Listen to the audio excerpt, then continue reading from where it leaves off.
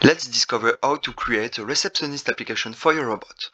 As a reminder, the receptionist application allows people to identify themselves directly on the robot and also to inform staff members of their arrival.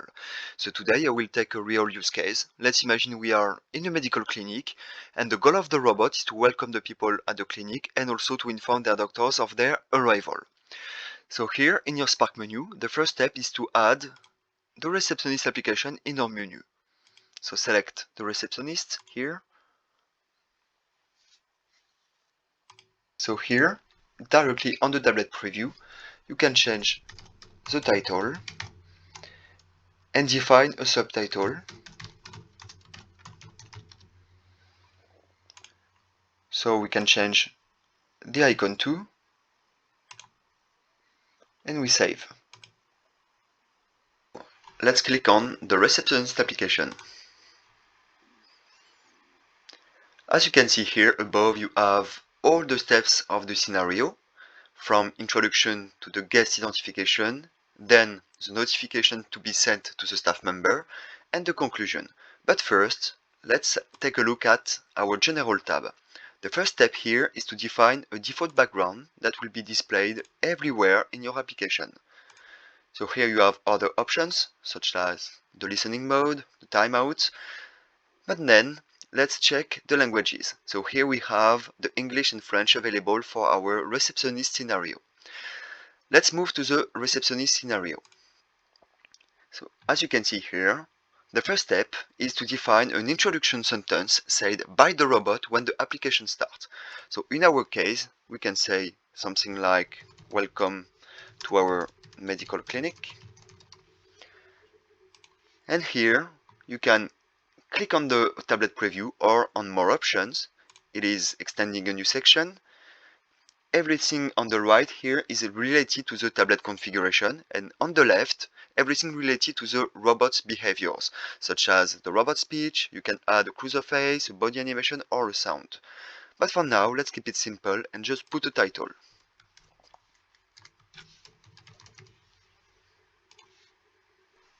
So now, let's move to the second step, the guest identification. So in our use case, we want the robot to be able to collect the family names of the people in order to recognize them. So here at the bottom, just enable the guest identification. Let's add the first ID mode. So to collect the family names, we will use the text input here. So the people will just have to enter their family names directly on the robot's tablet. So here we can just edit the title and the robot speech.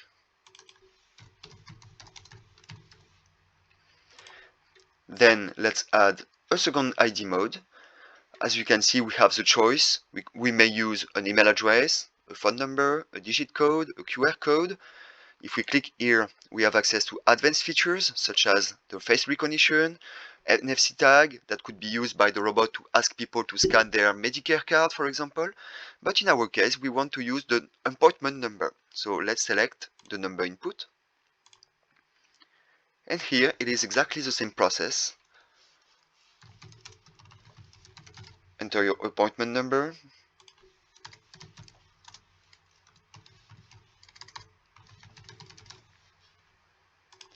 Now let's click on Go back to guest identification step.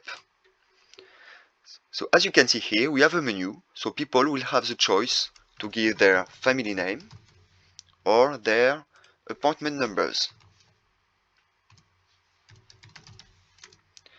So here we can add a title.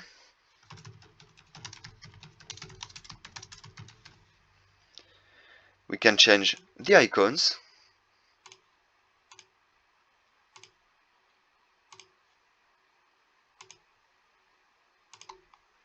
At the bottom here, you have another option. You can make the identification mandatory.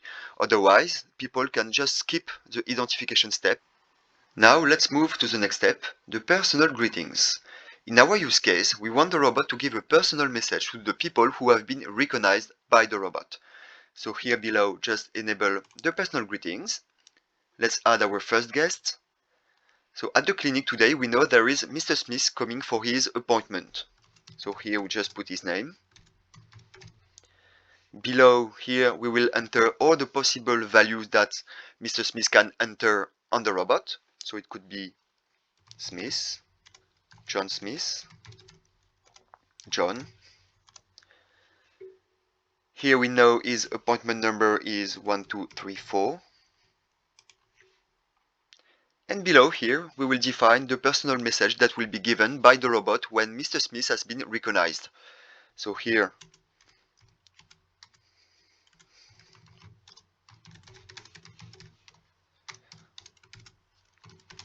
hello Mr. Smith, glad to see you today.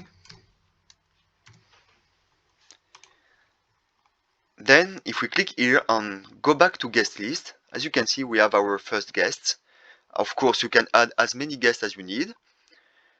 Then below here you have another option, guest must be known. So if it is activated, the guest that identifies will have to be in the known guest list to continue this receptionist scenario.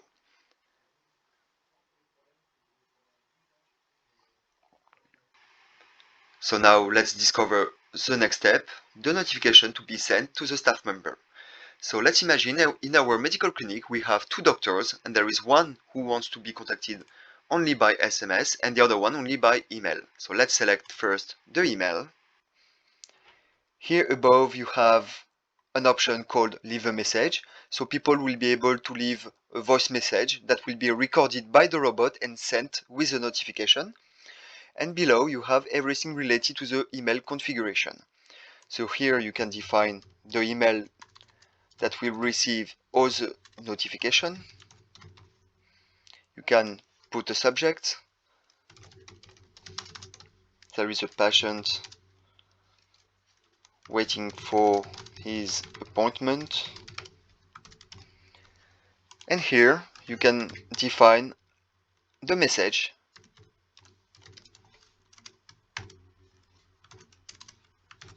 the robot.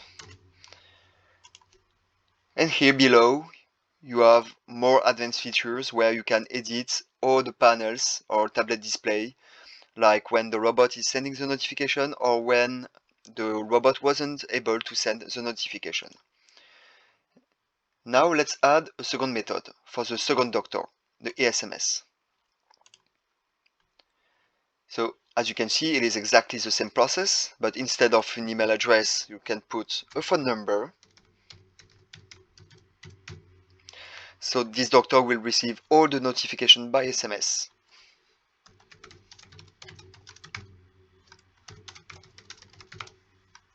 And that's all.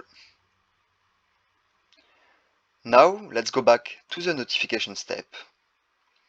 And here we can change the icons with Mr. Albert, who wants to be contacted only by email. And here, let's call her Dr. Young, who wants to be contacted only by SMS. So here we can change the title.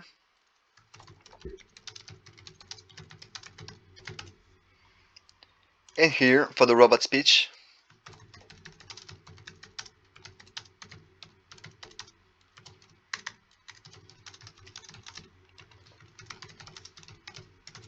please choose the doctor you have an appointment with. And then finally, end of the receptionist scenario. If you click here on Set Next Action, you can see that you have the choice between starting a new content or asking the robot to go to a specific place inside the clinic, only if you have activated the navigation module in your menu. So in our use case, we want the robot to bring the people to the waiting room at the end of the receptionist scenario. Then we select, and then we can define a robot speech.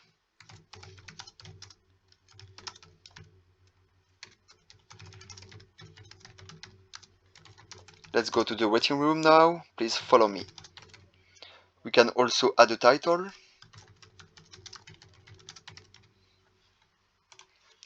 And we are all set. Now let's make a review of all the content that have been defined in the scenario. Let's go back to the first step. So as an introduction sentence, the robot will say, "Welcome to our medical clinic."